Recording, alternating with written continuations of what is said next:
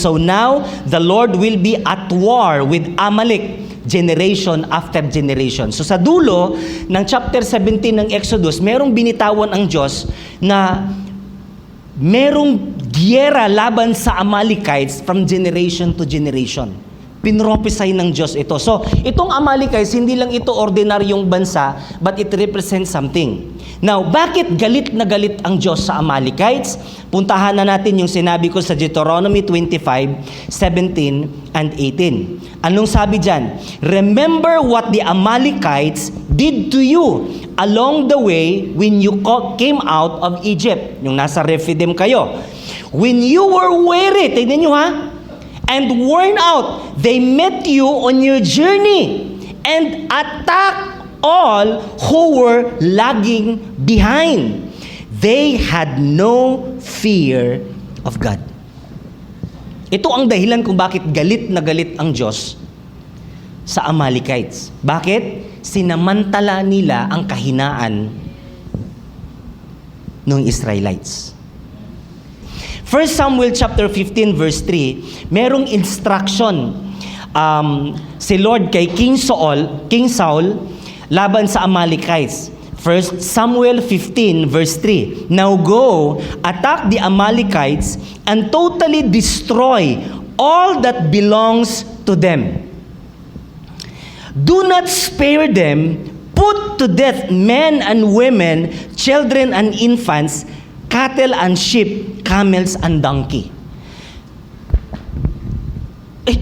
Binanggit ko sa inyo to, pinag-uusapan natin itong Amalekites na ito kasi kanina ang introduction ko sa inyo. Itong Amalekites, relatives nila to. Apo ito ni Esau. Sila din, tong Israel na ito, apo din sila ni Jacob. Kung titignan natin sila, relatives lang. 'Di ba dalawa yung anak? Si Esau, yung anak ni Isaac. Si Esau at saka si Jacob. Itong Esau, nagkaroon ng anak, Amalekites. Ito namang si Jacob, nagkaroon ng mga anak, nagiging kung tawagin ni Israel or Israelites.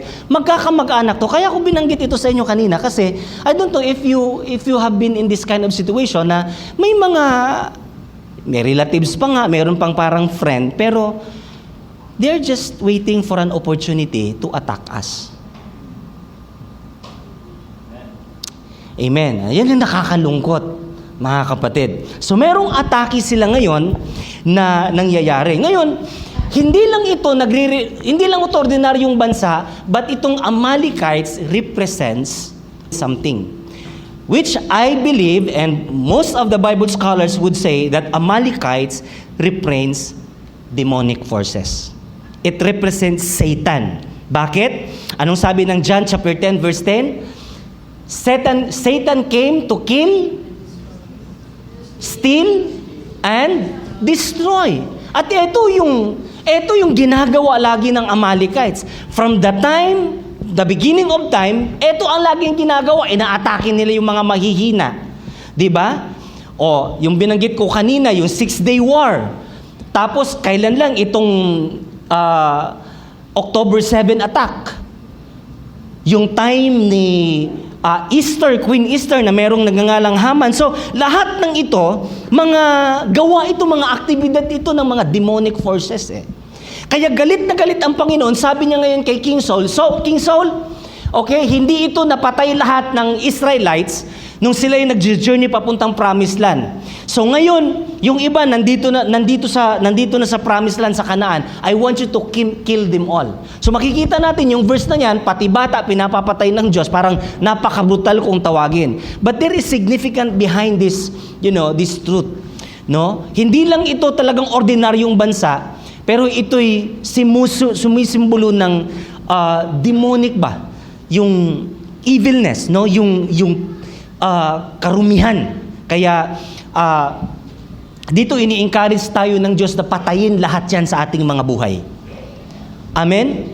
Yung pagiging Amalekite, yung pagiging traidor, hallelujah, patayin lahat yan sa ating buhay. Walang itira. Nandyan ba kayo, mga kapatid?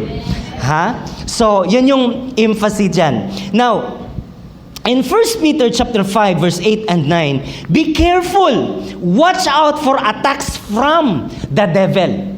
So merong atake ang demonyo sa ating mga buhay. Aatakihin ka, yung pamilya mo, hallelujah, yung pananampalataya mo.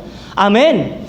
Ha? Maraming area aatakihin niya sa ating mga buhay. Yung ating finances, yung ating trabaho, yung ating resources, yung ating pamilya. Come on guys.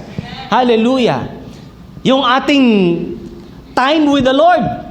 Yung ating ministry. Ang dami pong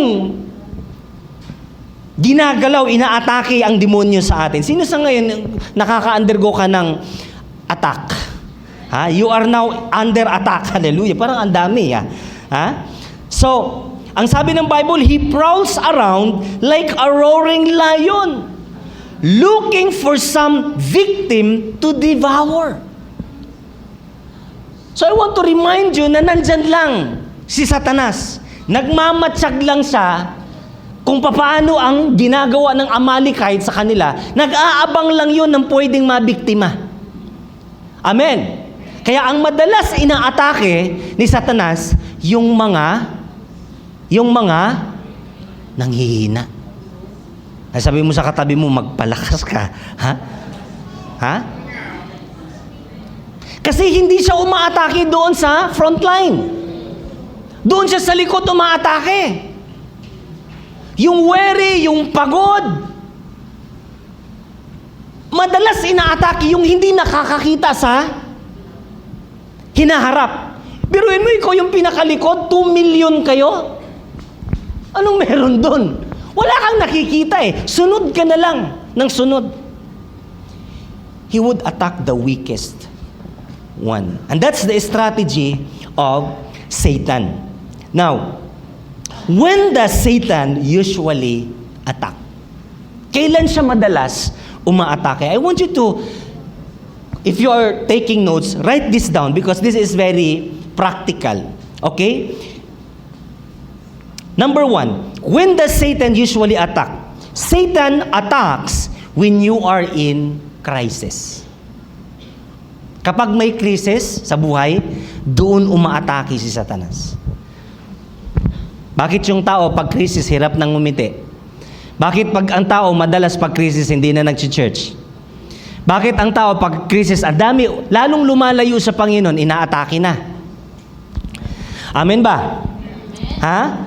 Satan assaults when you are in crisis. Look at verse 1. Binasa natin kanina. The Lord commanded the whole community of Israel. Ano sabi doon? There was no water for people to drink. Merong need. Merong crisis. Doon madalas si Satanas umaatake. And I'm telling you this because our church is also in the moment of crisis. It sounds bad, but that's true. Kung ikaw may mga dapat bayaran pero hindi na bayaran, you are in crisis. Amen? So, be watchful because the devil is roaring like a lion. Naghahanap lang yan ng makagat eh. Naghahanap lang yan ng mabibiktima. Ngayon, pag nakikitang pasuray-suray kang ganon, atakihin ka. Bakit niya atakihin yung malakas? Di siya mananalo doon. Ang atakihin niya yung nanghihina. Amen. E ayusin niyo yung prayer life niyo, ha? Ayusin niyo yung devotion niyo, ha? Amen. Kasi merong atake ang demonyo. What else? Satan assaults when you are in quarrel. Look at verse 2. Anong sabi dyan? They argued with each other. Merong division na nangyayari. Anong sabi ni Jesus? Hindi tatagal, hindi tatayo ang isang bahay kapag merong laging away. Unity must be exercised all the time in the house. Bantayan natin yan. Pag meron ng away-away, pag meron ng division, patayin nyo kaagad dyan. Bakit? Ha? Nagmamatsyag lang si Satanas. Anong sabi ni Lord kay Saul? Patayin lahat yung Amalekites. Yan yung nag-a-attract sa demonyo eh. Yung division, malakas yan. Amen. Ilang simbahan ang nahati dahil dyan? Ilang simbahan ang nagsara dahil dyan? Ilang pamilya ang nasira dahil dyan? Diba? Tingnan niyo yung ating bansa ngayon. Watak-watak. Makikita mo, mula sa ating presidente, iisang partido lang, ngayon watak-watak na. Amen? Kanya-kanyang palusot na lang. Maaawa ka, tignan mo, sinong naghihirap? Yung nasa ilalim pa rin. Yung bansa pa rin ang naghihirap. So, the devil would attack, Satan will attack when you are in quarrel. Number 3, Satan will attack when you are doubting. Ang atake nandun, crisis, quarrel, doubting. Now, tignan natin yung verse 7, ibalik ko lang kayo sa verse 7. Bakit galit na galit ang Diyos sa kanila? Sa totoo lang, nagalit ang Diyos pero nangingibabaw pa rin yung awa ng Panginoon kaya nagpalabas siya ng tubig sa bato. Alam niyo kung bakit? Ito ang sabi. Ito mo madalas sinasabi ng mga tao. Sana hindi natin to linya, ha? Pero kung sakali man, God is, warning us this morning. Sabi ng verse 7, Moses named the place Massa, which means test, and Meribah, which means arguing, because the people of Israel argued with Moses. Okay lang yan. But, ito ang hindi okay, and tested the Lord by saying, is the Lord here with us or not? To help you understand, ganito.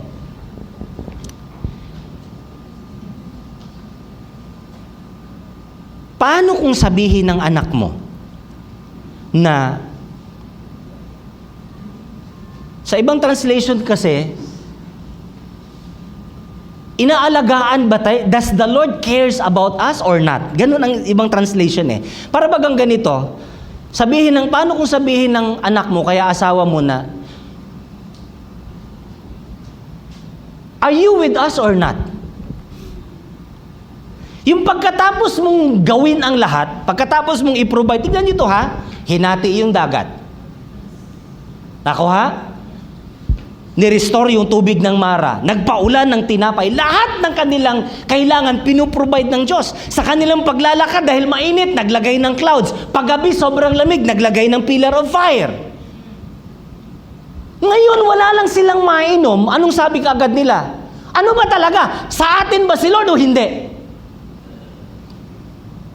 Diyan ang ginamit, mababaw lang yung word, test God. Pero I think New King James or sa NIV, ang ginamit dyan, tempt God. Magkaiba po yun. They tempt the Lord. Tinukso nila ang Diyos para magalit. Inasar ba? Matapos gawin ng Diyos lahat, inasar pa nila. Kaya sa totoo lang, nagalit ang Panginoon. Kaya ang sabi ng Panginoon, pag binasa natin ito, makikita natin na hindi nagustuhan ng Diyos ang kanilang mga reactions. So, mga kapatid, paano kung katulad ng Israel, may biglang atake sa buhay mo? How to win your battle. How to win your battle. Number 1, and only 1. Are you ready? How to win your battle. Paano kapag inatake ka ni Satanas? Paano kung nasa crisis ka, ikaw ang punteriya ni Satanas? Paano kung merong misunderstanding na nangyayari sa pamilya? Paano kung merong misunderstanding na nangyayari between you and your leader? Paano? Paano kung between you and your spouse, between you and your parents? Paano? You are the target, the primary target of the devil. So how will you win your battle? Kasi hindi naman mag-i-inform yung Amalekites eh. Oy, mag-ready na kayo, aatake na ako. Lahat ng atake, sorpresa. That's the nature of the Amalekites. So anong gagawin natin para manalo tayo sa laban natin sa buhay? Because I'm telling you, every one of us has our own fights. Amen. Now this time, mga kapatid, this time, anong sabi ng Panginoon? Harapin mo ang iyong gyera. Bakit? Noong lumaban sila, yung hinabol sila ng Egypt, si Lord nakikipaglaban. But this time, medyo kakaiba ng konti. You have to face your enemy. Now that you are a nation, you have to defend your nation. Now that you are a follower of Christ, now that you are a disciple, you must learn how to fight. Now, how to win your battle? Here's it is. Write it somewhere. Fight to surrender. Alam niyo paano manalo? Ha? Fight to surrender.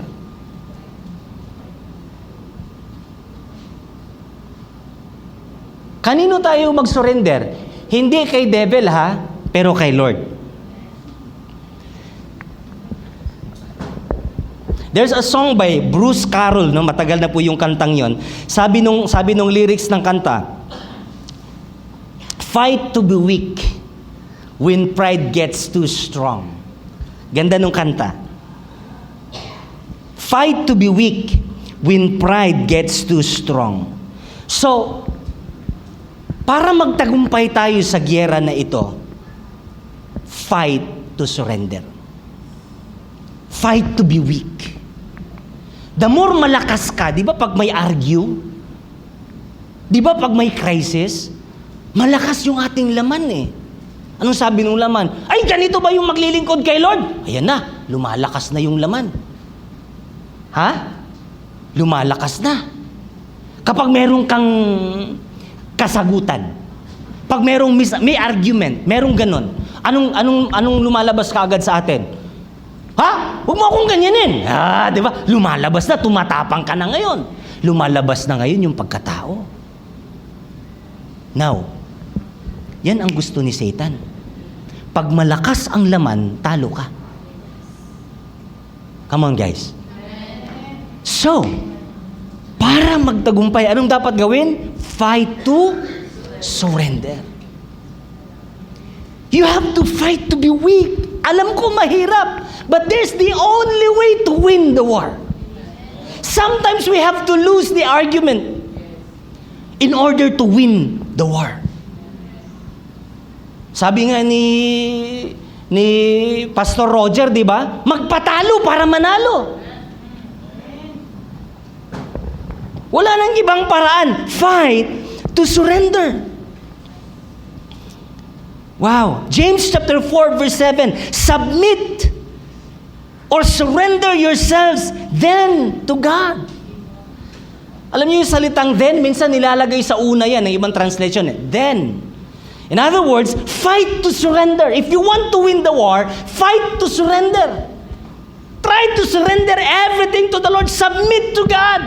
Do not fight. You cannot win the fight with your flesh. Fight to surrender. Then here's the result. James chapter 4 verse 7. Then, submit yourselves to God. And then, resist the devil. Bakit importante ito, mga kapatid, sa atin? It seems like, ganito yung picture niyan eh. Kapag malakas ka, kapag kaharapin mo yung gyera, ikaw ang lalaban. You fight for it. But if you fight to surrender, okay, you pave the way for God to fight for you. Amen? Amen ba? Surrender paves the way for victory. Hallelujah. It is our submission that determines our resistance. Now, it doesn't mean, mga kapatid, no, na wala na tayong gagawin. It simply means, do less of your thing. Are you following? It doesn't mean you don't have to do anything, but to do less of your thing. Nakuha niyo kaibahan? When you surrender, you do less of your thing. If you don't surrender, you have to stand up. Lalaban ka mag-isa. You have to do everything in order to win. But if you learn to submit and surrender to God, it doesn't mean na wala ka nang gagawin. You just have to do less. Mas konti ang iyong gagawin. Alin ang mas madali? Yung lumuhod sa Panginoon o makipagbakbakan? Less. Amen ba? Now, obeying the rules is far better than implementing the rules. Nandiyan pa ba kayo? So, Exodus 17 verse 9, ano sabi ni Moses? Moses said to Joshua, "Choose some of our men and go out to fight the Amalekites. Tomorrow I will stand on top of the hill with the staff of God in my hands." Ano to sabi ni Moses? Josh! Ayan na yung mga Amalekites. Ayan na, pinapatay na yung mga mahihina sa atin. Yes, Mo!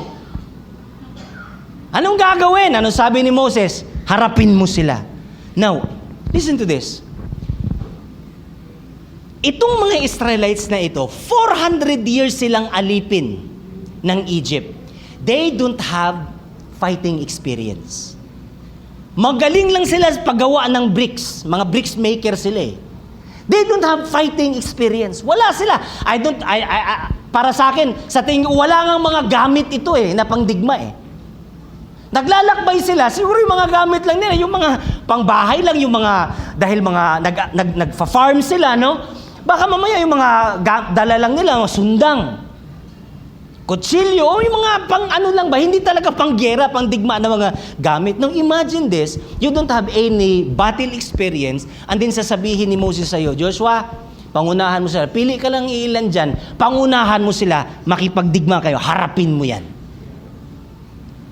Come on, guys.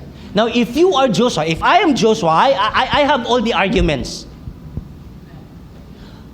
Mo! Wala man akong experience sa pagkikipaglaban. Bakit ako? Ba't di na lang yung medyo matanda-tanda sa akin? Total naman, pagka natsugi yan, matanda na eh. Sulit na rin eh. He has all the arguments. Amen. But Joshua fight to surrender. Anong sabi ng Bible? Sige, harapin mo sila. They don't have training. They don't have formal training. Kabud na lang, yung araw na yan, may atake, kailangan yung harapin. Anong sabi ni Joshua? Sumunod. He surrendered his will before Moses and before the Lord. He has all the arguments. Hallelujah. What chances of winning do they have against the elite warriors and the hunters of Amalekites? Kung titignan lang natin, wala silang kalaban-laban, mga kapatid. But why fight to surrender? Bakit kailangan natin itong ma-experience sa ating mga buhay to fight to surrender? Now, if you are familiar with Hezekiah, si Hezekiah, napaligiran po sila ng mga kalaban. In fact, there is a book in Syria na mag-a-attest nito. Hindi lang siya biblical record, meron ding historical record na itong si Hezekiah na paligiran ng Assyria ni Sennacherib, Tapos napapaligid, wala na silang magawa. Alam mo ang ginawa ni Hezekiah? Nakatanggap siya ng sulat mula kay Sennacherib na papatayin sila, wala na silang magagawa. Alam mo ang ginawa ni Hezekiah? Pumunta siya sa Panginoon sa templo, nilapag niya yung sulat, sabi niya, Lord, wala na kaming magagawa. Lumuhod siya sa Panginoon. And that's a picture of fighting to surrender.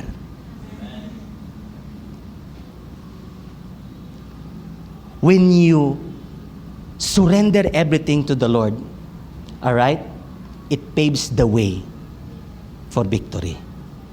Kasi si Lord na ang makikipaglaban para sa atin. Palakpakan nga po natin ang Panginoon.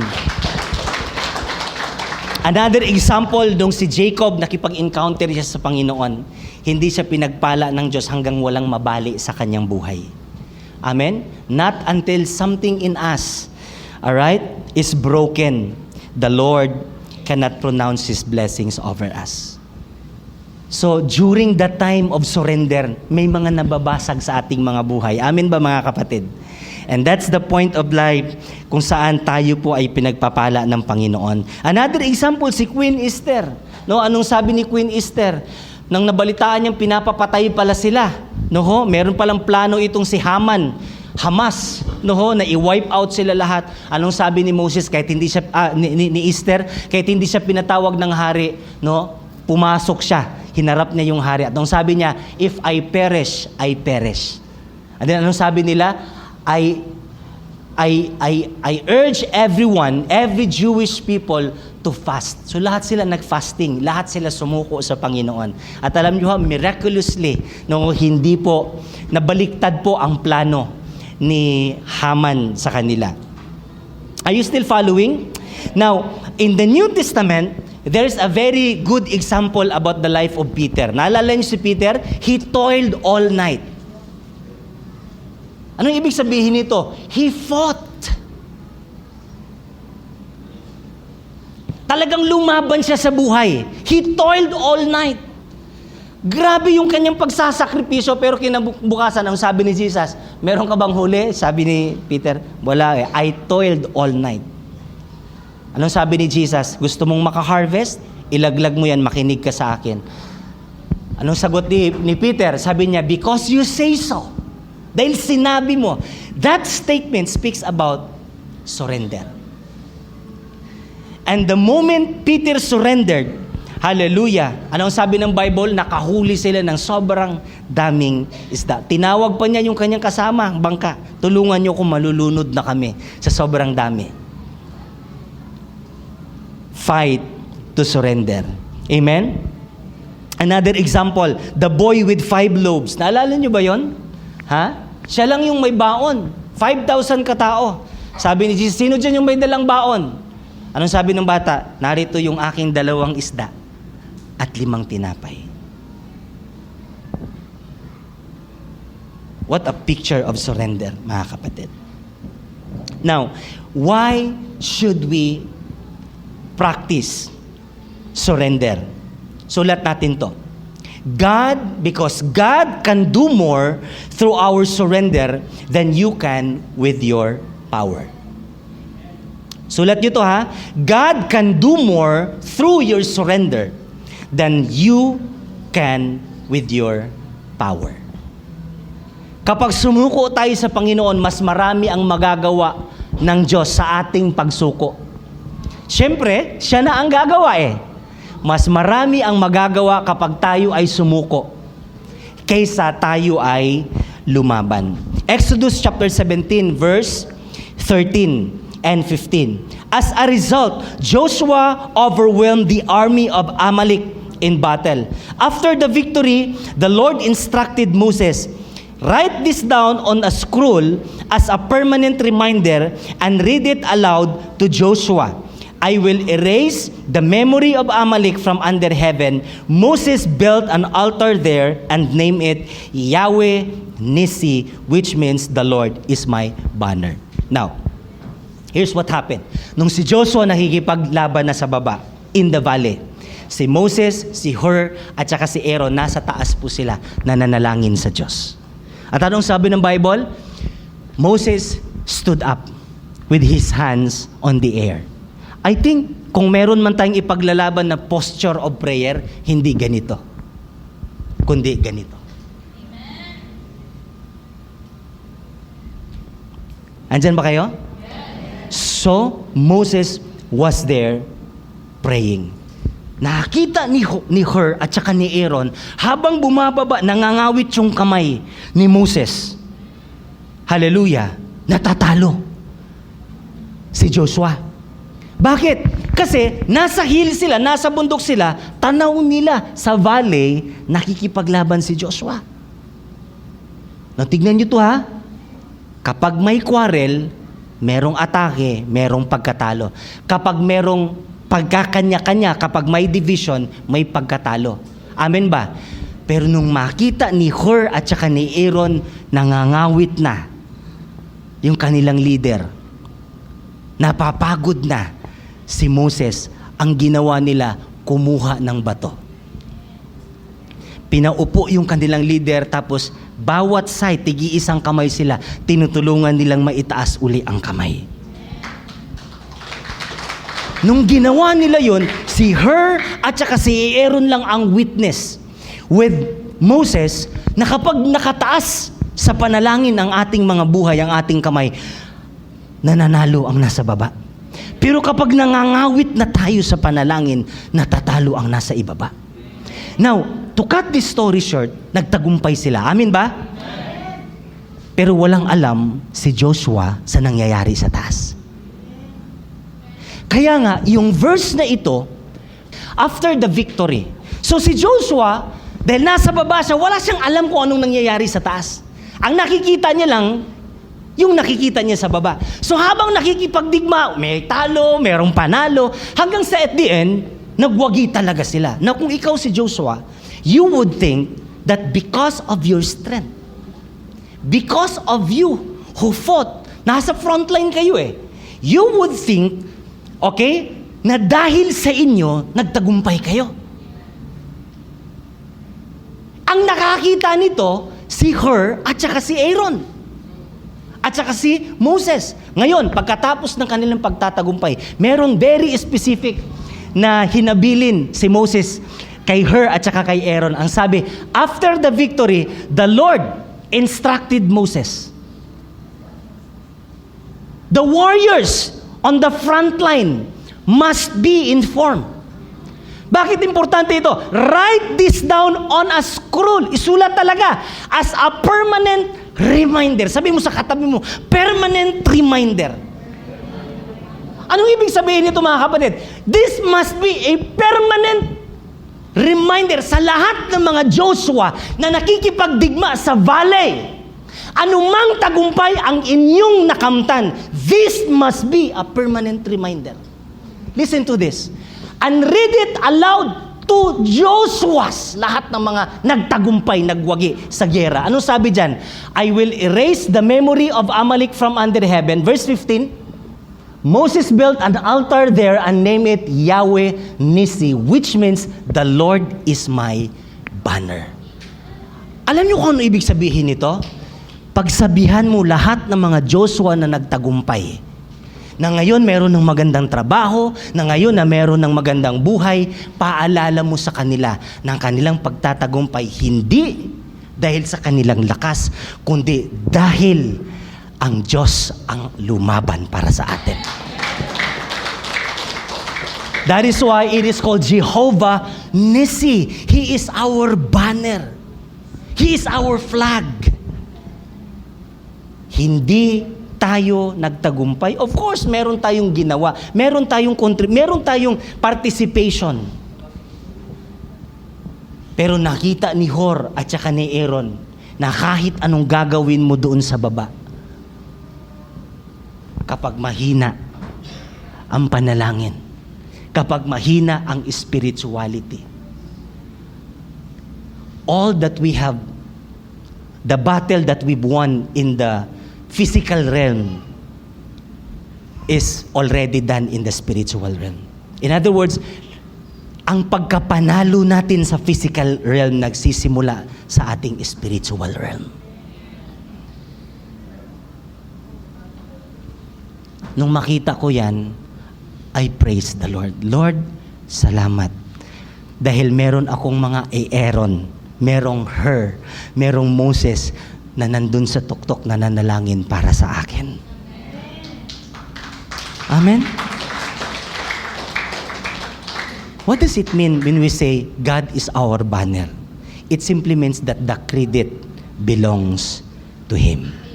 You enjoy the spoils, you enjoy the blessing, kasi pag natalo mo yung kalaban, sa inyo lahat yung spoil So you enjoy the spoils, you enjoy the taste of victory, i-enjoy mo yan, i-celebrate mo yan, but let the Lord gets all the glory. Nung si Carlos Yolo, tumambling, umikot, nahilo kung anong ginagawa niya, lahat ng ginawa niya mga kapatid. Ginawa niya yon, nanalo siya. Of course, he was compensated because of his effort. Pero nung manalo siya mga kapatid, it wasn't his name became the banner.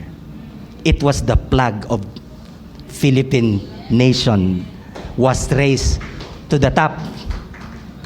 The flag is the banner. So mga kapatid, Jehovah Nissi means He is our banner. He is our victory. It was God who fought for us.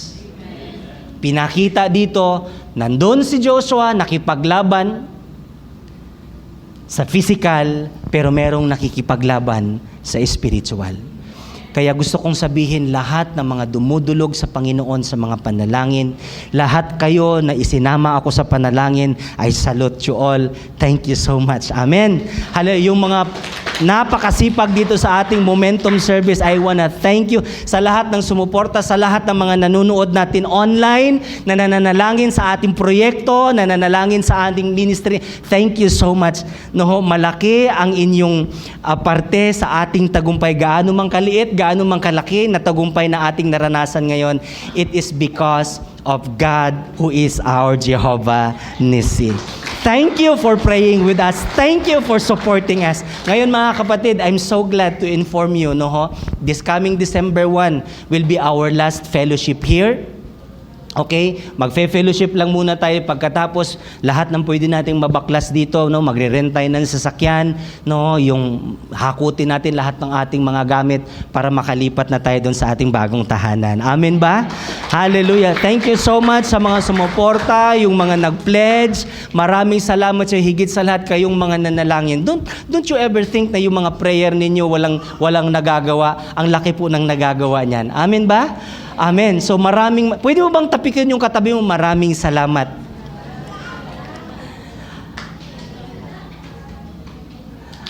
Alam nyo, ang pinakamatapang na tao, ang pinakamalakas na tao, yung kayang tumindig sa harapan ng Diyos. Courage is not defined on how strong, how courageous you are facing your enemy. Ang totoong courage, mga kapatid, yung kaya mong humarap sa Panginoon sa mga panalangin. At yan po ang ginawa ni Abraham, ni Aaron, ni Moses at saka ni Hur. Nandoon po sila. At alam nyo, makakayanan natin because meron siyang inupuan na bato. Ang sabi ng Bible, Jesus is the rock. Amen. At ang sabi, ang instruction ng Lord sa kanya, umakyat ka doon, tapos iangat mo lang, habang nakaangat ang iyong mga kamay, iangat mo yung tungkod. And last week, pinag-uusapan po natin yan that the rod speaks about the cross of Jesus. May mga tao dito sa ating church, kahit pagod na, si Jesus pa rin yung nakataas. Amen? Amen? May mga kasama tayo dito, may mga membro ang church ng Vision Church, pati yung taga CFCI, yung mga kasama natin. I'm so thankful to you. Maraming salamat. And then marami din tayong mga churches outside from Vision Church family. Ang daming nananalangin sa atin. Kahit yung mga church dito sa taas natin, grabe yan, yayakapin tayo yan. Pastor, we've been praying for you. Kahit umakyat ka dyan, Pastor, makikita nyo sa aming prayer list, nandoon ang pangalan ng Vision Church, that God will provide. We cannot boast. We cannot boast. Salamat, may mga ginamit ang Panginoon. Lahat yan bunga ng ating collaborative effort, mga panalangin natin, yung pinagsama nating panalangin, ang dami po ang nagagawa. Kaya huwag kang tumigil. Amen? Kahit pagod, itaas ang tungkod. Hallelujah! Itaas si Jesus sa ating mga buhay. Huwag kang mag-alala, merong Aaron, merong horse. Pwede mo bang sabihin yung katabi mo, thank you for being my her and my Aaron. You are my friend. Sige, sabihin mo, you are my friend. Thank you for being my friend. True friends are real to find. Sila yung mga taong sa spiritual warfare mo. This is spiritual warfare Yung pakikipaglaban mo ng ganun, kahit nangangawit ka na, kahit pagod ka na. But there are few, not many. You don't need many. You just need few. At 2 or 3, mapalad ka na kung meron kang 3. Si Job, the greatest man of his time, 3 lang kanyang kaibigan. Amen. Amen. Meron kang 2 kaibigan, meron kang 3, panalo ka na. Amen? Ang importante, yung kaibigan na yan, handang humarap sa Diyos kasama ka. Tulungan kang itaas si Jesus, hindi ang iyong sarili. Amen? Amen? Wow. God can do more through your surrender than you can with your power.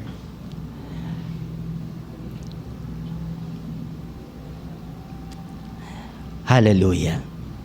How many battles do you lose by trying to win? Gaano na ba karaming giyera na naitalo ka kaysa naipanalo ka? Ilang giyera na natalo ka dahil sinikap mong manalo? The only way to win is to fight, to surrender. Amen? Fight to surrender.